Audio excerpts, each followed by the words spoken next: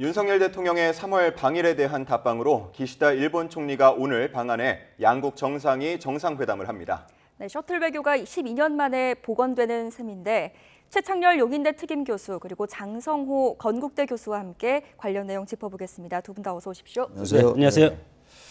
자, 기시다 총리가 출발했다는 소식 들어왔고요. 이제 오늘 만나게 되면 윤 대통령과 52일 만에 다시 만나게 되는 겁니다. 애초에는 6월, 7월 이렇게 예상이 많았었는데 좀 많이 앞당겨진 것 같거든요. 이 배경을 두고서 추측과 분석들이 많이 나오고 있습니다. 먼저 최 교수님은 어떻게 윤 보고 계시죠? 대통령이 지난번에 이제 강제 동원과 관련해 가지고 2018년도에 우리 대법원에서 했던 판결과 좀 다른 결의 대안을 발표했단 말이에요. 제 3자 대위 변제 아니죠, 네. 이른바. 그건 사실 국내에서 상당히 비판 여론이 있었던 게 사실이었고 거기에 대한 논란은 계속되리라고 저는 생각합니다만 아무튼 나름대로 어쨌든 우리는 일본에게 성의를 다한 거죠. 우리 외교부 장관이 얘기한 것처럼 물의 반은 우리가 먼저 채웠어요, 물잔에. 어제 오늘 이제 방한해서 기시다 총리가 어떠한 이제 반응을 보일지 모르겠습니다만 아마 그러한 윤 대통령의 결단에 대한 일단 감사의 표시랄까 해서 좀 시기를 앞당긴 것 같아요. 그런 점이 하나 있는 것 같고 또 하나가 미국으로서 어쨌든 지금 한미일 관계의 어떤 동맹을 더 강화하겠다라는 게 미국의 대중국 전략의 일환이거든요. 그런 점에서 볼 때 특히 이제 한일 관계의 복원에 대한 미국의 관심이 높죠. 아마 그러한 것들에 대한 미국의 압박이라는 표현은 좀 어울릴지 않을지 모르겠습니다만 미국의 그런 메시지가 있지 않았을까. 아마 이런 두 가지 이유 등으로 해서 생각보다 좀 당겨진 게 아니냐. 셔틀 얘기가 그렇게 생각합니다. 일단 의미가 있어요. 아까 앵커께서 말씀하신 것처럼 셔틀 얘기가 복원됐다라는 거. 단지 문제는 앞으로 한일 관계가 상호 이제 호혜적으로 가야 되는데 너무 우리가 일방적으로 하는 그런 모습을 보이면 안 되겠다. 일단 오늘 내일 지켜봐야 될 것 같습니다. 네, 장 교수님께서는 이번 시기가 좀 앞당겨진 것에 대해서 어떤 의미를 좀 부여하고 싶으세요? 외교는 국익이 제일 우선이고 그 다음에 정치적 이득이 두 번째라고 생각이 듭니다. 기시다 총리 입장에서는 지난 3월에 예산 심의 그리고 4월에 지방선거가 있지 않았습니까? 이때 강제징용 배상 문제가 터져가지고 상당히 곤혹을 치를 뻔했다가 이것이 윤석열 대통령이 일본 방문을 해서 일정 부분 제3자 변제 형식으로 해서 결단을 내리고 오지 않았습니까? 네. 그렇기 때문에 외교적으로 상당히 큰 성과 그리고 정치적인 것도 상당히 큰 이득을 본 상태이기 때문에 그때 당시부터 지금까지 우리 국내에서는 야당을 중심으로 해서 상당히 비판적인 그래서 여당 입장에서는 선공후득 그리고 고르디우스 매듭을 풀었다. 한일 관계가 언제까지 이렇게 갈 것인가 미래지향적으로 가야 된다. 이런 식으로 지금 얘기를 했기 때문에 이번 답방이 상당히 중요한 의미가 가지고 있고 과연 외교는 주고받는 것인데 기시다 총리는 지금 커다란 두 가지의 토끼를 잡지 않았습니까? 그러면 그 두 가지 토끼를 잡은 여세를 몰아서 플러스 알파 하는 어떤 정치적 욕심을 더 채울 것인가? 아니면 우리 야당이라든가 우리 국민들이 주장하는 과거의 오부치 선언과 같은 전향적인 사과를 다시 발표한다든가 그런 부분이 과연 있을 것인가? 이것이 이제 우리 국민들이 지금 상당히 주의 깊게 관심 있게 보고 있지 않습니까? 그럼에도 불구하고 일본은 가깝고도 먼 나라. 왜냐하면 일본 일제 30년 동안 우리가 압제를 받지 않았습니까? 그렇기 때문에 과거의 사과 그리고 사과를 폐기하고 그런 것이 계속 악순환처럼 이렇게 반복이 되었는데 이번 답방을 통해서 이 매듭을 고르디우스 매듭을 기시다가 풀어줄 것인가 그런 것이 가장 큰 관심이라고 봅니다. 1박 2일 일정이고요. 그리 길다고 볼 수는 없는데 한국에 도착해서 가장 먼저 진행하는 일정이 국립서울현충원에 갑니다. 어떤 의미가 있다고 보면 될까요? 우리 현충원은 이제 순국 선열들의 이제 모시는 곳인데 여기에 일본 총리가 간다라는 건 좀 남다른 의미가 있는 것 같긴 해요. 순국 선열에는 항일투쟁했던 우리 독립투사들도 있는 건데 일본은 지금 과거사 문제에 대해서 오늘 기시다 총리가 어떠한 반응을 낼지 모르겠습니다만 기본적으로 과거에 김대중 오부치 선언도 있었습니다만 사과나 반성이 아직도 인색하다고 저는 생각합니다. 그런데 이 기시다 총리는 지금 예상은 그래요. 예상은 아마 이제 3월 달에 윤 대통령이 일본을 방문했을 때 그때 입장, 김대중 오부치 선언 등 역대 내각의 인식을 공유한다. 그 인식을 계승한다. 이런 입장을 밝힐 거다라는 보도들이 많아요. 지금 전망은. 근데 그럼에도 불구하고 어쨌든 기시다 총리가 국립현충원을 참배한다라는 거는 한일 관계를 뭔가 좀 과거로 되돌리지 않겠다, 뭔가 미래지향적으로 가겠다라는 그런 의지의 표현인 것 같긴 해요. 네. 상징적인 뭐 모습이라고 볼 수가 있을 것 같긴 한데, 글쎄 저 모습하고 기시다 총리가 오늘 어떤 발언을 낼지, 이 부분이 어떻게 조화될지가 이제 관건이에요. 국립현충원 참배하면서 그리고 과거사에 대해서 여전히 과거 일본 역대 내각의 인식을 계승한다라는 얘기를 한다면 국립현충원을 참배하는 건 의미가 반감될 수밖에 없죠. 아주 형식적이고 상식적인 것에 불과하다라는 평가를 받을 수 있을 겁니다. 결국 이제 한일 관계가 더 미래지향적으로 간다는 건요. 일본이 우리나라의 그 어떤 선제적인 조치, 결단, 이른바 뭐 윤 대통령의 결단이라는 표현들도 하는데 그 부분에 좀 동조를 해야 돼요. 호응을 해야지 뭔가 이게 아니 박수도 저기 두 손을 쳐야지 소리 나는 거 아니에요? 고장난명이라고 말이죠. 근데 우리만 그렇게 자꾸 선제적 결단 내리고 일본은 그냥 뭐 미국의 그 요구에 소극적으로 응하는 듯한 모습만 보인다면은 아무리 안보, 경제, 뭐 첨단 산업 이런 것들 한다 하더라도 일본과 우리나라가 뭐 협력할 부분이 많이 있죠. 군사적으로도 있지만 상당히 전 효과가 반감될 수밖에 없고, 또 하나 문제가 일단 국내 여론의 지지를 좀 받아야 돼요. 국내 여론의 지지를 못 받으면 아무리 윤석열 정부가 일본과의 관계를 미래지향적으로 가고 싶어도 한계가 있는 거거든요. 동력을 받기 어렵다는 거예요. 그래서 일본도 그런 점을 충분히 인식할 필요가 있다. 그럴 때 국립현충원 참배가 의미가 있다라고 생각합니다. 뭐 우리 최 교수님께서 발언이 상당히 중요하다고 했는데 오늘 뭐 공동 성명이라든가 이런 것도 안 하리라고 이렇게 보도고 일정 부분 나오고 있고 예.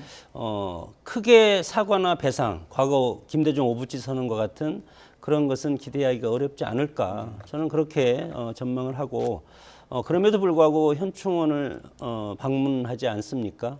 이런 것은 외교 안보적인 그런 측면에서 상당히 중요한 의미가 있다고 봅니다. 최근에 북한의 핵과 미사일 도발과 관련해서 신냉전 체제로 지금 우리 한반도만 급속하게 전환되고 있지 않습니까?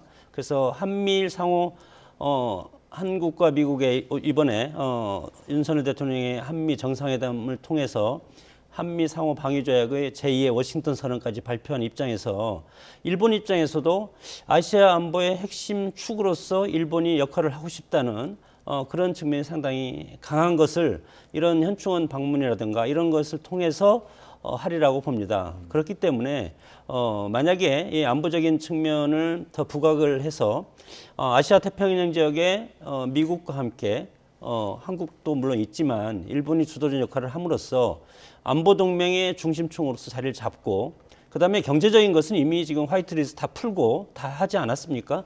이런 상황에서 전향적인 사과가 있으면 우리 국민들로서는 더할 수 없이 좋은 건데, 일본의 어떤 내부적인 상황과 지금까지 역사적인 그런 맥락적인 것을 보면은 더 이상 더 전향적인 사과를 할 수는 없지 않을까, 하지 않을 것이다, 저는 그렇게 이제 판단이 들고, 저도 국민의 한 사람의 입장으로서 사과를 해야 된다고 봅니다. 그러나 지금 현충원을 먼저 참배한다는, 현충원에는 물론 독립운동을 하다가 순국하는 열사들이 많이 있지 않습니까? 그런 정치적인 행보로서 이런 답변을 대신하는 측면이 있다, 그렇게 봅니다. 네, 알겠습니다. 이번 현충원 참배가 상징적인 장면이 될 것 같은데 과연 그곳에서 과거사 문제에 대한 조금 더 진전된 발언이 나올지 지켜봐야 할 것 같습니다. 이 일정 이후에는요, 윤 대통령과 함께 소수 참모만 배석하는 소인수 회담 그리고 확대 회담까지 이어집니다. 방금 말씀을 하셨던 것처럼 안보와 경제 의제가 주로 이제 핵심적으로 다뤄질 것 같은데 구체적으로 안보와 경제 어떤 사안들이 좀 다뤄질 것 같습니까? 안보는 뭐 좀 전에 제가 말씀드렸지만 우리 북한을 중심으로 해서 핵과 미사일이 미국을 겨냥하고 있기 때문에 미국이 더 적극적으로 나서는 겁니다. 그래서 이번에 워싱턴 선언이 있었고, 그런 측면에서 한일 관계도 마찬가지로 지난 2022년 11월에 한미일 상국이 미사일 정보를 공유하기로 이미 협약을 체결한 적이 있기 때문에 한미일 안보 동맹이 더 발전될 가능성이 상당히 크다. 그것을 일본이 주도할 가능성이 큽니다. 왜냐하면 지소미아에서도 봤듯이 일본의 어떤 군사 정찰 위성 같은 것이 우리보다 훨씬 더 많이 가지고 있기 때문에 일본이 훨씬 더 앞서 있는 부분도 있습니다. 물론 탐지 능력은 우리가 앞서 있지만 그래서 이번 방문을 통해서 네. 한국과 일본의 안보 크러스트를 확고히 하고 그리고 이것을 한미일 동맹으로 확대를 하고 그리고 경제도 마찬가지 아니겠습니까? 미국과 중국이 지금 반도체를 놓고 서로 상당히 견제를 하고 있기 때문에 칩스라고 반도체 뭐 협약 같은 거 네. 이런 것을 통해서 미국에 가서 이번에 윤 대통령이 상당히 우리 그걸 양보를 해달라 이런 식으로 지금 선언적으로 얘기를 했고 그리고 보조금 문제 있지 않습니까? 전기차 네. 이런 것들이 있기 때문에 미국과의 이런 문제도 있지만 그것이 일본과 연동이 돼 있습니다. 반도체 문제는 특히 반도체와 관련해서 불화 수소라든가 불화 플라미드, 포토 레지스트 이런 것들은 일본이 상당히 앞서 있고 그렇기 때문에 우리가 삼성 반도체가 있지 않습니까? 있지만 일본의 반도체 재질과 소재와 관련된 것은 일본이 훨씬 앞서 있기 때문에 네. 이런 것을 서로 합치면 경제적인 시너지 효과가 상당히 커질 것이다. 네. 그래서 최근에 뭐 반도체 수출 규제 해제, 화이트리스트를 회복하고 이런 것을 지금 전향적으로 했기 때문에 우리한테도 경제적 이득은 상당히 클 수밖에 없다. 그렇기 네. 때문에 과거사는 과거사지만 실리적인 외교로서 경제적인 이득을 일본과 같이 할 필요는 있다. 예. 그런 것에 주안점을 두고 봐야 한다고 봅니다. 최 교수님, 기시다 총리가 출국하기 전에 좀 솔직한 마음으로 윤 대통령과 소통하고 싶다, 이야기하고 싶다라는 또 이야기를 했단 말이죠. 그렇다면 이 의제, 지금 공개된 뭐 안보나 경제 외에 다른 의제들이 더 다뤄질 부분에 대해서는 어떻게 보시는지요? 그래서 아마 공개적으로 그런 부분이 다뤄지기는 어려울 것 같아요. 지금 말씀하시는 게 아마 과거사 관련된 문제일 수가 있는 건데 미래지향적 관계는 물론 중요합니다. 그리고 우리나라와 일본과의 협력은 굉장히 정말 중차대해요. 우리의 국익도 지금 장 교수님 말씀처럼 우리의 국익에도 많은 도움이 돼요. 사실은 일본의 어떤 첨단 기술이라든지 이런 것들도 그렇고 또 지소미아에서 나온 것처럼 군사적으로도 정보를 공유할 게 많이 있는데 저는 항상 문제가 일본에 대해서 우리 국민이 가지고 있는 정서적 유대감 같은 게 있을 거예요. 근데 유대감과 반대로 또 정서적으로 상당히 또 거부하는 그런 마음도 또 있다 이런 얘기거든요. 근데 이런 것들 완전 무시하기가 어려워요. 국가와 국가 간의 관계라는 게 여러 가지 실리적인 면도 있습니다만 또 가치적인 면도 있는 거거든요. 그렇다면 일본이 우리에게 했던 여러 가지 만행들, 전 만행이라고 생각합니다, 사실은. 그리고 더 거슬러 올라가면 역사적으로도 사실 일본하고 우리나라의 관계 되게 안 좋았죠. 뭐 임진왜란, 뭐 을묘예변할 것이 굉장히 많았잖아요. 어쨌든 간에 그 옛날 얘기니까 지금 뭐 그 얘기를 하느냐라고 할지 모르겠습니다만. 근데 그리고 나서 한일합방이 됐었고 단순히 뭐 강제동원 문제를 떠나서 말이죠. 또 독도 문제도 있고 최근에 윤 대통령이 일본을 방문하고 난 다음에도 교과서 문제에서 또 왜곡을 했단 말이에요. 그러니까 이런 것들 완전히 미래지향적 관계라는 걸로 상쇄할 도리가 없는 겁니다. 그 부분은 현실입니다. 그것도 현실이기 때문에 안보적인 문제도 있고 경제 문제도 있고 이른바 경제 안보가 있는 거잖아요. 공급망 같은 거에 대한 문제, 반도체 관련된 거. 미국과 일본이야 워낙 뭐 지금 밀착돼 있으니까 그럼에도 불구하고 지금 말씀하신 것처럼 윤 대통령과 기시다 총리가 과거사 문제에 대해서 어느 정도 좀 합의를 했으면 좋겠어요, 저는. 공개가 되지 않더라도. 네, 공개가 되지 않더라도 어떤 형태든 간에 해서 적어도 우리 국내 언론, 국내 여론이 일본의 입장을 받아들일 수 있는 정도가 돼야 되죠. 지금 보십시오.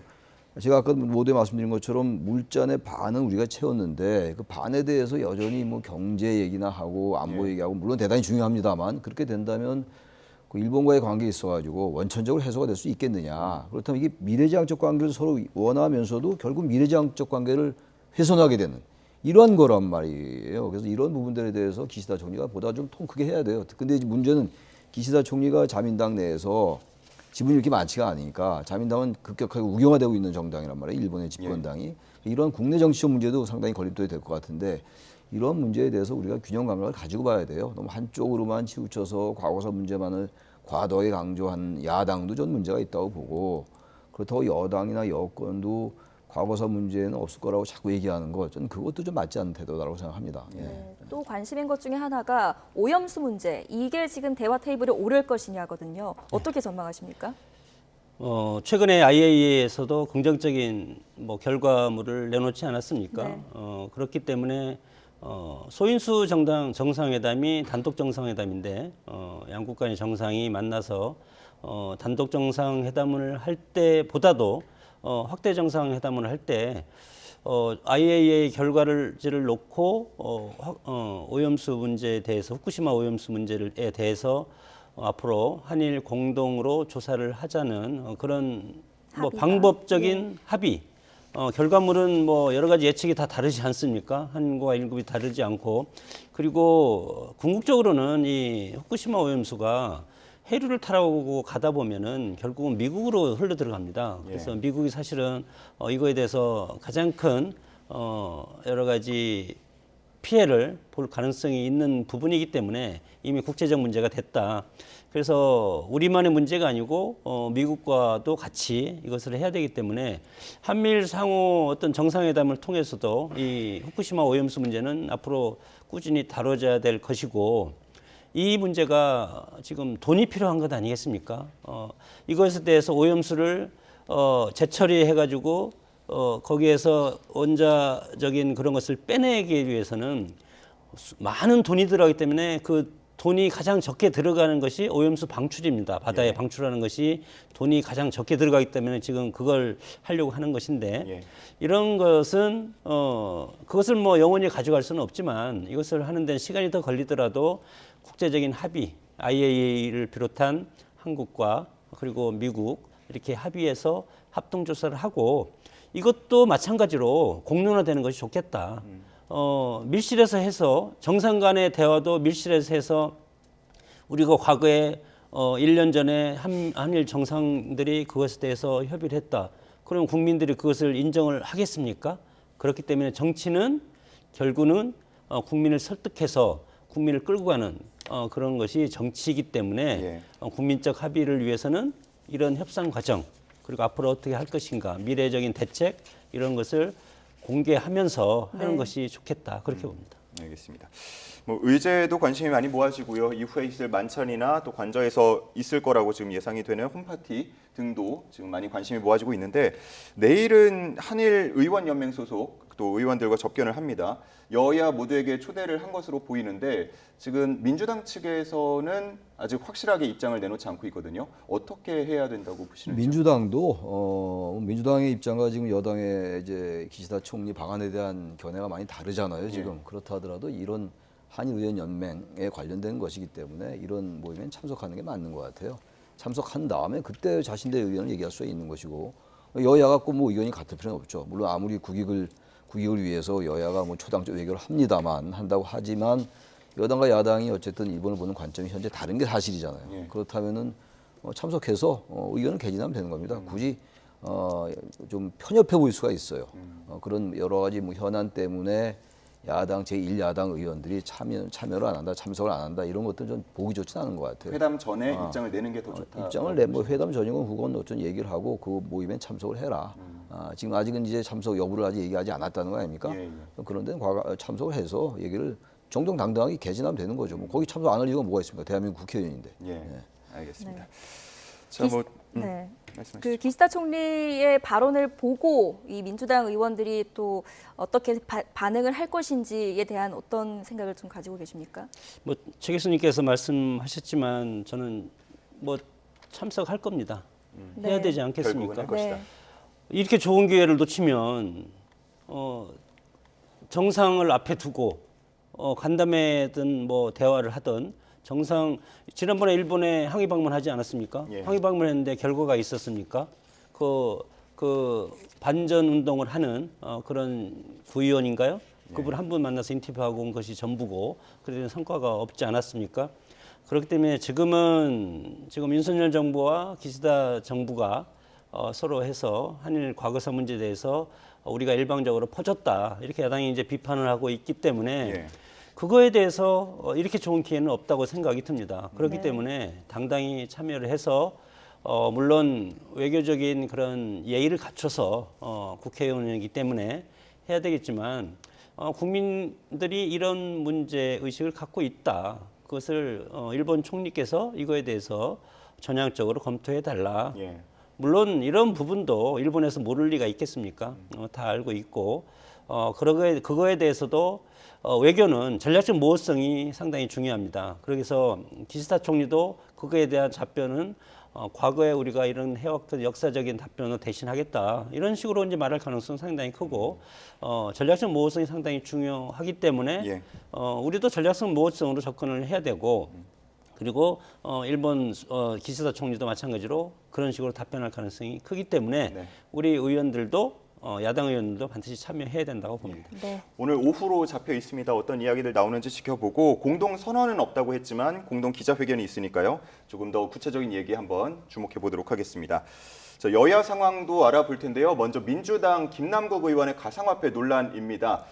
조선일보 보도를 통해서 개요가 전해지고 있는데 저희 준비된 그래픽도 있습니다. 먼저 띄워주시면 좋을 것 같고요. 그러니까 다시 말해서 지난 대선 때 한 60억 원, 최대 60억 원어치의 가상화폐를 인출한 것으로 나타났습니다. 여기서 논란이 되는 게 총 두 가지 지점인데 하나는 시점에 대한 부분이고요. 또 하나는 이제 사익 추구냐 혹은 뭐 정상적인 거래냐 이거 뭐 재산 신고 어떻게 되는 거냐 이 부분이거든요.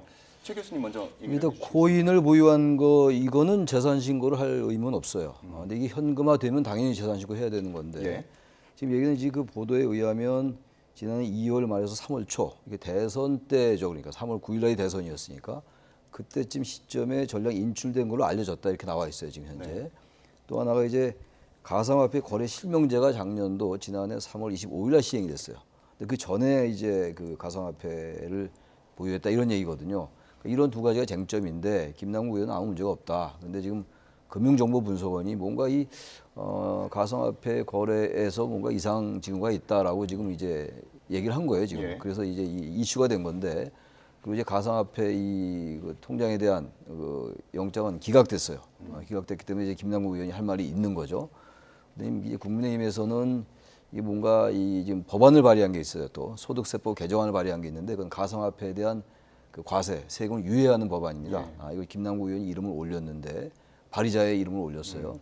그렇다면 이 부분이 이제 자신이 가상화폐를 투자했는데 이해충돌 방지에 어긋나는 거 아니냐 이런 이제 주장을 국민의힘이 하고 있는 것이고 지금 민주당 그리고 김남국 의원은 그렇지 않다. 아무 문제 없다. 그리고 그런 내역을 다 거래소에 보냈다. 한국거래소에 보냈다. 이런 입장입니다. 예. 이렇게 서로 이제 공방을 하고 있는 상황인데 이 부분도 정치적 공방할 게 아니라 김남국 의원이 또 명명백백하게 자료를 또 투명하게 공개하고 그리고 문제가 된다면 수사에 입각해서 수사에서 밝힐 문제입니다. 이걸 또 다시 여야가 뭐 정당하다, 투명하지 않다, 투명하다 이렇게 공방할 건 아니라고 생각합니다. 예. 그 이제 주식과 코인 이제 다른 점이 있습니다. 네. 사실은 주식은 이제 실물과 뭐 저는 주식 투자를 하지 않습니다. 예. 뭐 실물과 연동되고 기업의 투자, 경제 활동과 연동이 돼서 국가 경제에 기여할 수 있는 부분이 있기 때문에 주식은 합법적으로 하고 권장도 하고 뭐 자유롭게 할 수 있는 게 주식 아니겠습니까? 예. 그러나 이제 코인 같은 경우는 운칠기삼입니다. 투전이라고 할 수 있고 어떻게 보면 도박이라도 할 수 있고 특히 2030 MZ 세대들이 여기에 많이 투자했다가 영끌이라는 돈을 상당히 잃고 그렇게 한이 맺힌 것이 이 코인입니다. 사실 실패한 예. 사람은 상당히 많이 개미 투자들은 실패하기 때문에 그래서 비판을 받는 건데 뭐 방금 최 교수님께서 말씀하셨지만 조선일보에서 이것에 대해서 이제 보도를 했는데 시점이 문제고 그리고 이런 가상화폐 거래 실명제를 실시 공개하는 겁니다. 예. 거래 내역을 공개하는 것이 트래블 룰이라고 그러는데 이 트래블 룰 실시를 앞두고 물론 그때 대선도 앞두고 이것을 전량 현금화 시켰습니다. 그래서 이것이 문제라는 겁니다. 그래서 이것을 FIU라는 데서 이상기류를 이것을 보고 왜 이렇게 뭐 60억이죠? 예, 최대 60억으로 80만 개인데 60억을 인출하니까 예. 이것은 그 중앙에서 감시하는 기구에서 확보를 보고 있지 않겠습니까? 그래서 이것을 지난해 말 검찰에 수사 의뢰를 했는데 검찰에서 이거에 대해서 이제 무혐의를 이제 받았는데 정치인이지 않습니까? 예. 유력 정치인이고 그리고 그럼 두 가지입니다. 하나는 이것을 대선 자금으로 쓸 것인가? 예. 그리고 두 번째는 그러면 이것을 실명화하기 전에 재산 신고에 누락되기 위해서 이것을 뺐을 것인가? 두 가지 측면에서 의심을 받기 때문에 국민의힘 입장에서 이것에 강하게 지금 성토를 하고 있고 그러면 이제 김남국 의원 그러죠. 그러면 이준석 전 대표도 예. 이거에 대해서 나 선거 3번, 4번 출마할 자금을 가상화폐로 마련했다 이렇게 자랑을 하지 않았습니까?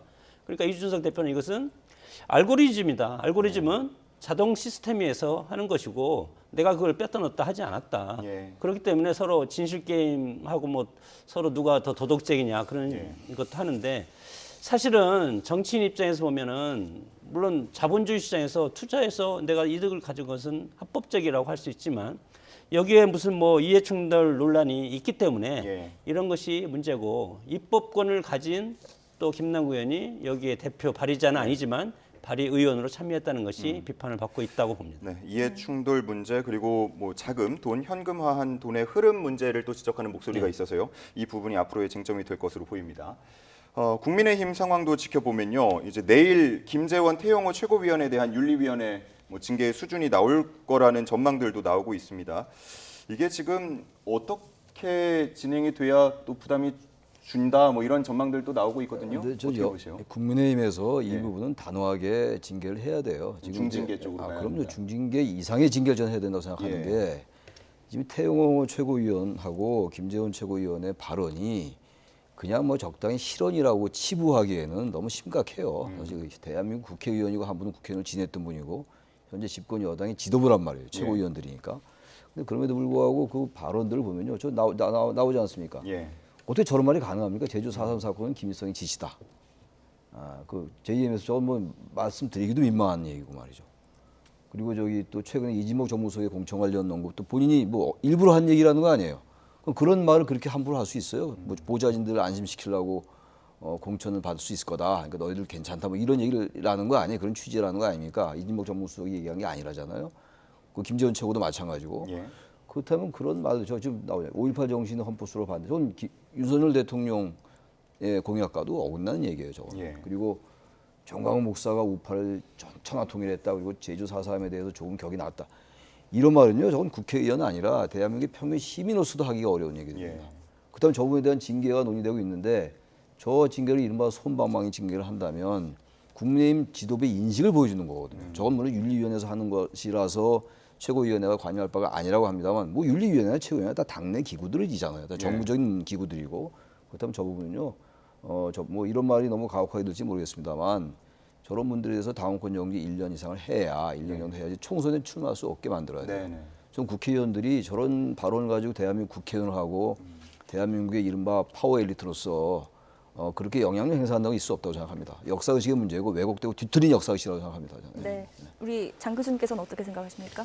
뭐 최고위원 1등 사실은 뭐 제1 선임 최고위원이지 않습니까? 예. 김재원 최고위원하고 두 분이 5명 중에 2분이 만약에 이제 징계를 받거나 해서 아니면 자진 사퇴하든가 예. 두 가지 측면이 있지 않겠습니까? 예. 징계를 받아 당원권 정지가 되면 반드시 지금 태영호 의원은 좌시하지 않겠다. 끝까지 저항하겠다. 그러면 소송을 하겠다는 겁니다. 그럼 가처분이라든가 그럼 법원의 판결을 또 기다려야 되고 그러면 이준석 시즌2가 될 가능성이 크고 지금 총선이 한 11개월 정도밖에 남지 않았는데 당이 공천 대란으로 빠져들 가능성이 상당히 큽니다. 김재원, 태영호 두 최고위원회 처리를 놓고 그 위에 지금 또 뭐 검사가 30-40명 대기하고 있고 TK 지역이라든가 수도권 강남벨트를 통해서 여러 가지 국민의 입장에서 보면은 의원들 입장에서는 흉흉스러운 말들이 많이 나오지 않습니까? 예. 네. 그렇기 때문에 최고위원은 당의 핵심적인 포스트입니다. 네. 그래서 당이 앞으로 순리적으로 갈 수 있게 물꼬를 터줘야 된다고 봅니다. 그것이 당인의 도리라고 생각이 들고 예. 그런 차원에서 선당후사 정신을 발휘해야 된다고 봅니다. 좀 자진 물론 사퇴 쪽으로. 이것이 억울할 수도 있지만 예. 여러 가지 국민들이라든가 여러 가지 지금 당내 지도부라든가 핵심적인 부분의 문제이기 때문에 대표도 이러저러 할 수 있는 부분이 아니지 않습니까? 그렇기 때문에 책임 있는 당원으로서는 이미 논란이 돼 있는 국민적인 논란이 돼 있는 부분이기 때문에 선당후사를 해서 당이 총선에서 이길 수 있는 방향으로 갈 수 있게 저는 다시 자진 사퇴를 해야 되는 것이 예. 가장 옳은 방법이 아닌가 이렇게 알겠습니다. 예. 말씀을 드리고 싶습니다. 알겠습니다. 저희가 이제 시간이 다 돼가지고 두 분과의 말씀은 여기서 정리해야 될 것 같습니다. 최창렬 용인대 특임 교수, 장성호 건국대 교수와 함께했습니다. 두 분 고맙습니다. 네, 고맙습니다.